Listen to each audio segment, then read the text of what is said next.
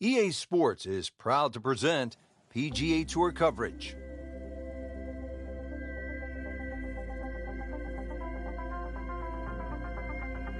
It is one of the most difficult golf courses in the United States, Oakmont Country Club outside Pittsburgh, Pennsylvania. Hello again and welcome. Rich Thorner alongside Frank Nobilo, who was a part of that dramatic U.S. Open in 1994 at Oakmont, ultimately won by Ernie Els. Frank, when you think of Oakmont, what comes to mind? The difficulty of the golf course, Rich. I know a lot's changed over the last 20 or so years. A lot of the trees have been removed. But really, that wasn't the story of Oakmont. It's the slick greens, how firm and fast they can be. The members there, for example, they marvel at the fact that people think they're fast. They say we putt on these greens every single day, and they're certainly no slower. But it's the bunkering as well. There's 210 bunkers here. They're all in play. And it just has that history. When you step on Oakmont, you just know you are walking on not one of the great courses in North America, but one of the great courses in golf.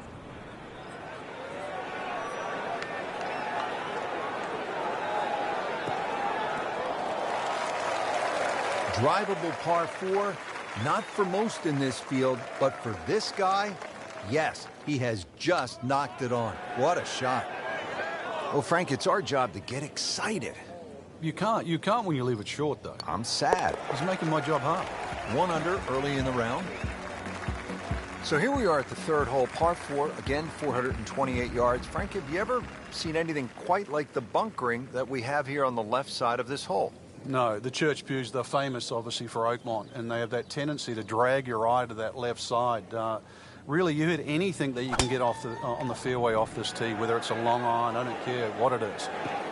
If you want to try and hit driver down there, well, good luck, because this really is about the second shot. Somehow avoid that trouble there so you've got a second shot.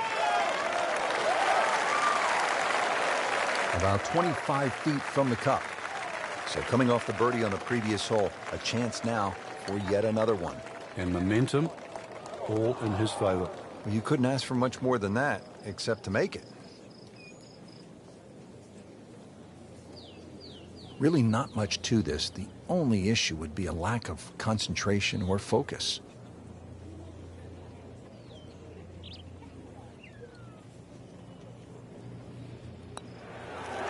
Par for McIlroy.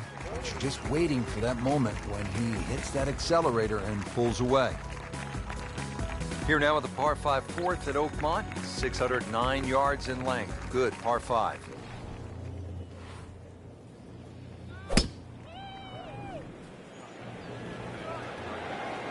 Long and straight. That's how you do it. Well, it is nice to have that one in your bag, to be able to hit it that long. Yeah, that has to be at least 315 yards. Yeah, Rory's like a car that just has an extra gear. If you've got five-speed gearbox, Rory's got 6. If you've got a 6-speed gearbox, he's got 7. He's the souped-up Ferrari or Lamborghini. He can go. He's Formula One.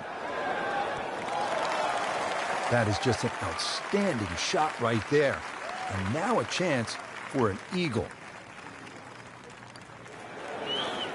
That had to really hurt, Frank, because it looked good all the way. Well, this will test his mettle. Just a couple of feet. Has to like that one. Another birdie to get to 2 under par. Take you up now to the 5th hole. 382-yard par 4. Frank, what do you think of the 5th?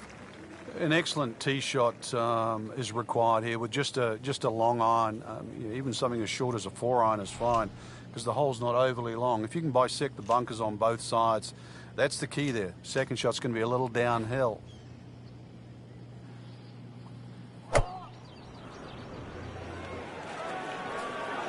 This is not heading in the right direction. It looks like it's going to be in the rough. I mean, that is a sight to behold. What a spectacular shot we just saw on the par 4 with a drive in 1. Missed on that one, Frank. Yeah, not a problem. Frank going for another birdie here. Just to get on a real roll. That's a 3rd birdie on the day.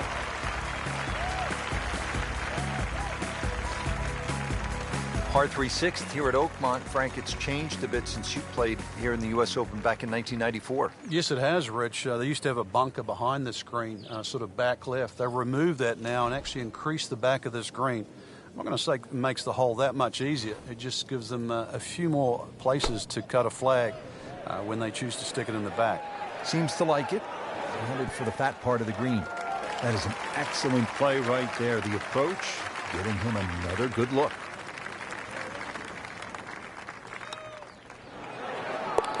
Starting to fire on all cylinders. A couple of birdies in a row and now 4 under. All set here at the par 4-7. Frank, what do players need to look out for off the tee?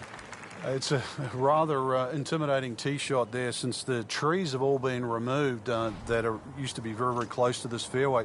3 bunkers down the right side, another 2 on the left. They've either got to be somehow threaded in between, or the longest hitters might just be able to squeeze it past. Wouldn't say that was his best, but not bad either. On the green and with a putt. This is a cross-country special.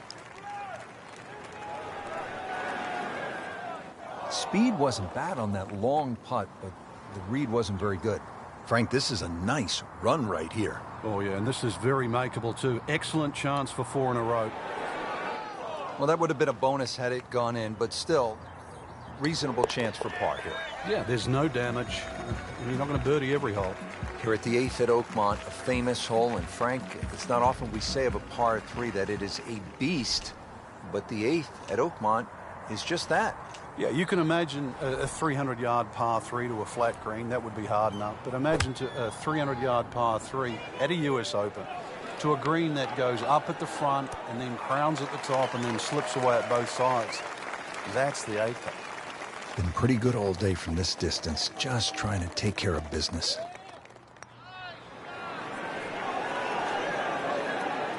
How does that stay out? I have no earthly idea. Let's crawl that. Hole's round. Ball's meant to go in. Did the job right there. Rounding out the front 9 here at Oakmont, Frank, it looks to be straight away, uphill. Anything to be cautious about on this tee shot? Well, there certainly is. Years gone by, this was a par 5 for the U.S. Opens of yesteryear. Par 5 still for the members. And the reason why is it's a little bit uphill, semi-blind tee shot, bunkers left and right, and of course rough if you miss those. This is one of those holes, even though it's a par 4 now, you miss the fairway here, you are not reaching this green in 2. On the green in regulation. He can really get red hot with a putter. Let's see what McIlroy does.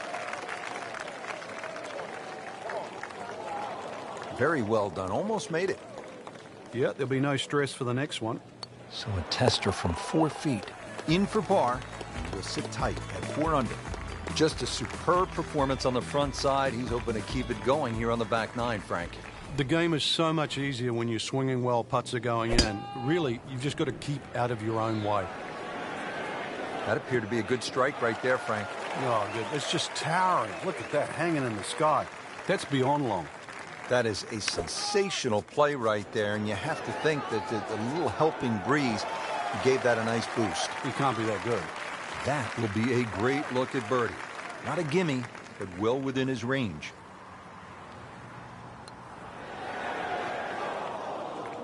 Misses the putt here. Has to try again and add another stroke to the scorecard.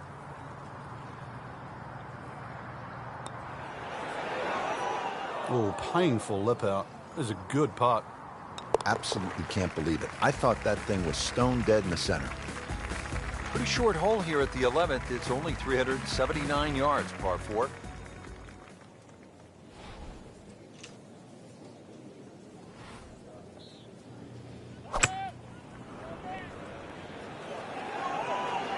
That one is bunker bound, it looks like. And the tee shot ends up in the bunker. So getting set for a greenside bunker shot. Frank, when I think of the great bunker players in the history of the sport, I think about Gary Player, Seve Ballesteros, who you knew so well.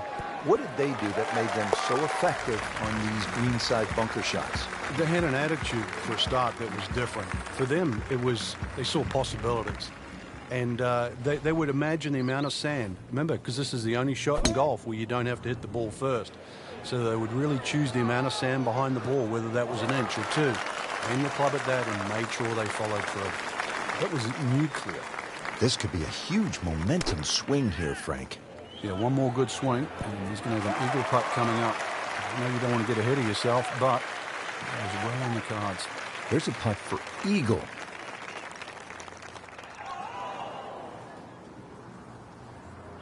Frank, can't fault him there, trying to make an eagle. It's a rare bird, but the pleasure of making one, well worth the effort.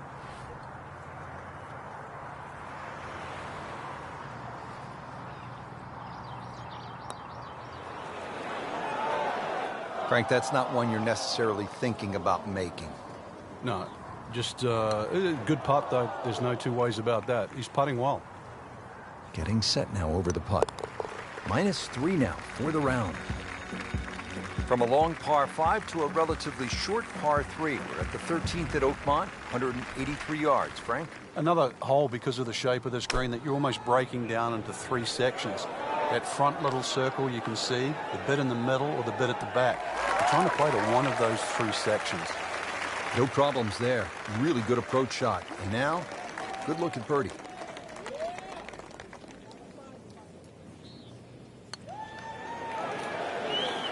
Good try, just didn't quite read the break, Frank. It shouldn't be a problem, you'd think, cleaning up here for par. Wow, that was so close, Frank. Just time to forget that one. I mean, he couldn't hit that much better. Has it. And he's 2 under par. Rich Lerner back with you at the 14th hole at Oakmont. And this is a hole that offers up a pretty good scoring opportunity, a short par 4, 358 yards.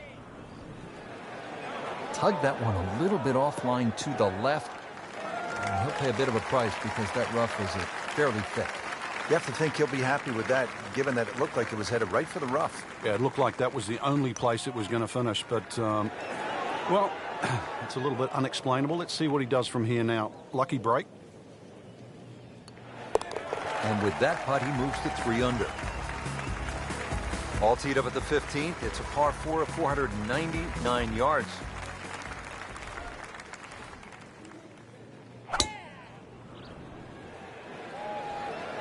This one has a chance to be really good. And now it's right in his wheelhouse. Good position where he can attack the pin. Yeah, he has all those options now. With that ball sitting up, you can bring it in high, you can bring it in low. The choice is yours. It's a pretty good shot. That ball settles in about 13 feet away. You'd like to think unlucky for some, but birdie putt coming up.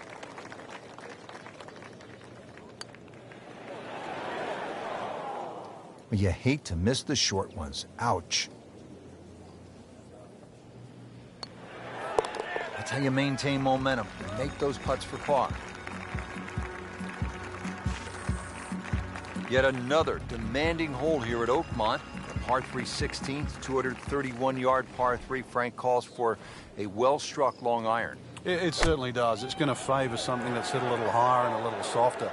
If you could just mentally cut this green in half and just sort of look at the left half of this green, that's really the best way to play this hole. And the reason why is the general contours all move to the right. That ball can still funnel down to the right side of the green.